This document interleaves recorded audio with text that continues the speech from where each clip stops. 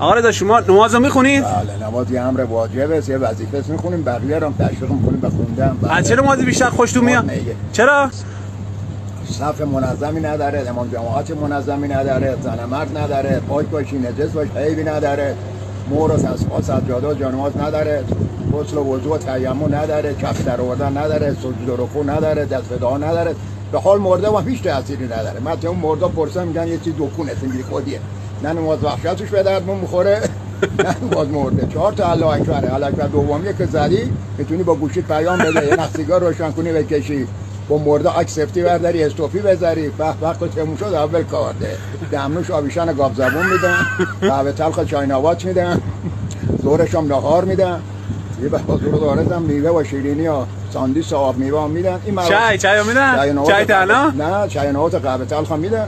جونی تو؟ والا این مراسم فقط یه دست ارکستر کم داره.